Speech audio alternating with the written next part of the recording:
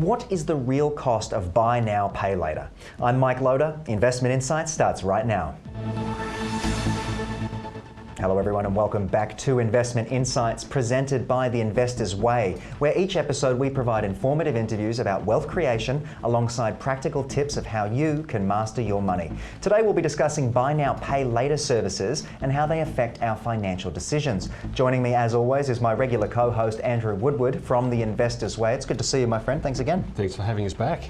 Buy now, pay later, what does it mean to you? Well, look, before we get into that, we have to talk about Louise Bedford. We've got a guest. We have a guest. Let's bring in Louise Bedford, Director of the Trading Game. Thank you for joining us, of course. Thanks so much. And look, I've got a story to tell you about how I met this lady. And I'm not going to give away exactly how long it is, but it's a while that before I first met Louise. And I saw her speak on stage. Since that time, I've read all of her books. I've been a student of hers, I've been in her mentor program, and now today we've got the great pleasure of interviewing Louise Bedford from the Trading Game. So welcome to Investment Insights. Thanks so much. What a lovely introduction. That was very kind. A mentor and an inspiration, etc. Yeah, absolute.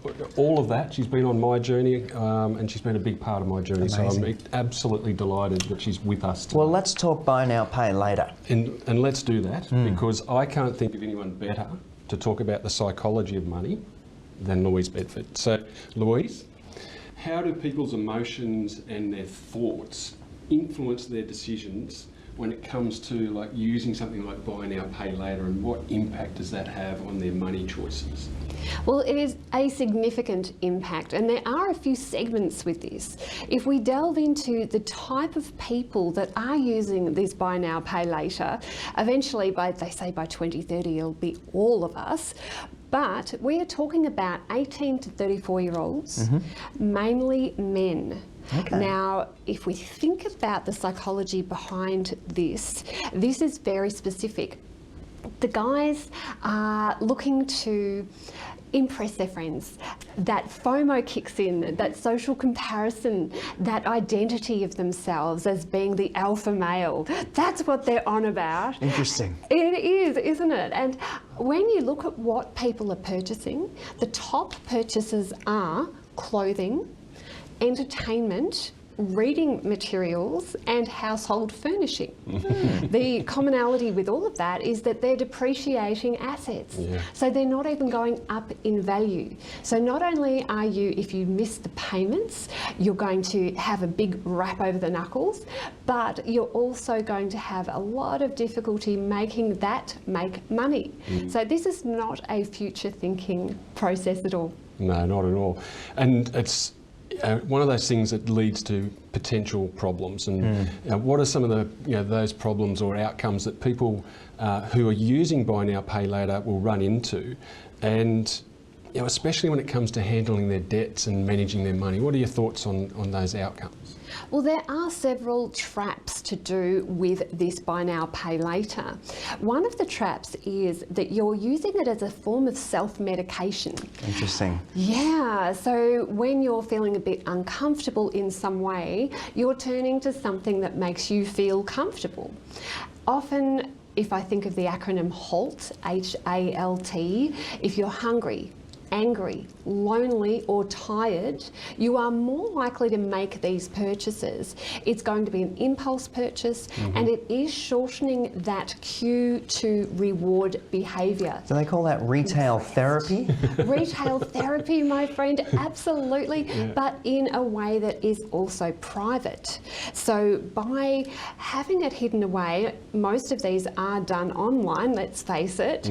So you're there alone, maybe you're hungry, maybe it's late at night, and that impulse really takes over. Yeah, wow. And impulse buy is the quickest trap to ruining your money plans. And so that leads me to think, how do people actually spend better and avoid these buy now, pay later versus saying paying immediately? What are some of those ways that they can solve that problem? Yes, well, one of the aspects is if you look at trap number 2, which is where you're leaving that pain to your future self. One of the aspects is that we never really think we're going to get older. We think that this is it. It's not going to happen. It's not going to happen. Look at us. Nope. That's it. Yeah, we're perfect the way we are. We don't perceive that we have gone through all of the changes that we've already gone through to get to be who we are. We don't think of that continuing into the future.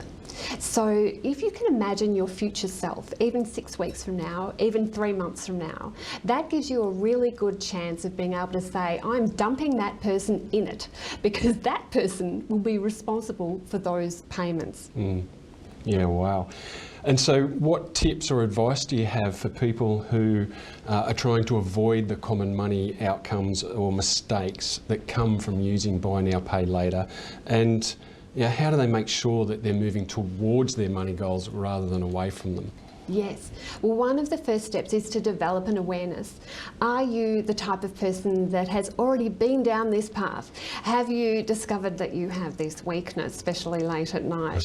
Who knows what goes on in people's heads? Honestly, it's so diverse, but self-knowledge is the key.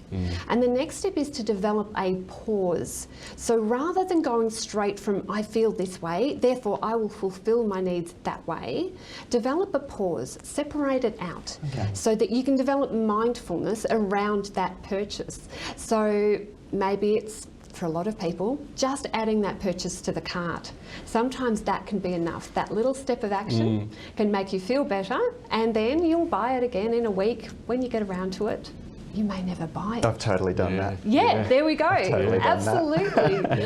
So the marketers have worked out how to get us to keep on buying, haven't they, with retargeting, and also with saying, oops, you left something in your cart. A little email, little messages. By the way, jump back in. Continue where you left off.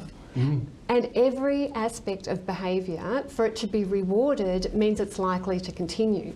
So that works. That method works. Marketers love that. They, of course, measure you and they say, yes, I like that email because it made Mike buy more. And buy I did. And so I'm assuming from that people who use buy now, pay later have a tendency to spend more. Yes. Is that what the science or the cycle? What they're They seeing? They do, and it's not just on things that can help them for their future. This is not a future-oriented process. This is satisfaction of a whim now. We're developing that nasty little caveman brain of ours in the way that has that need for instant gratification. So we want it, we get it, and then we feel relieved. And actually, when that cues into that identity as a provider, now we're talking about an identity threat. So becoming aware of how these processes make you feel. How do you feel when you see that email come up and say, hey, buy. What happens inside you, and what need are you actually trying to satisfy? I think a lot of people, if they really thought about their life purpose and worked out, does this purchase end up feeding that life purpose and helping you head in that correct direction, they wouldn't buy that piece of clothing. They don't need that. It's a want. Yes. Yeah, just another T-shirt to add to the Just collection. another T-shirt. But I was curious to jump ahead and ask a little bit about your book, because I'm loving the psychological side of what you're speaking about. As somebody who hates dealing with money and doing budgets and whatnot, I really appreciate having you by my side. What inspired you to write Investing Psychology Secrets? Take us through a little bit about the book, because I think it might be something that's really helpful to our viewers out there as well. Absolutely. Well, being a behavioural finance expert, I realised I hadn't, even though I've written 5 books, I haven't actually written a book on psychology. So that is my major source of study, and I just love it. But the process is actually a bit of a dark one. Okay. So I lost my voice for 2 years. I could not speak. I couldn't even make a sound. I couldn't make a hum. It was terrifying, and it totally knocked me. I was having to type onto a little laptop to be able to communicate with my 2 children. My daughter learned sign language so that we could communicate when we were out. Even now, background noise I find very difficult to speak over.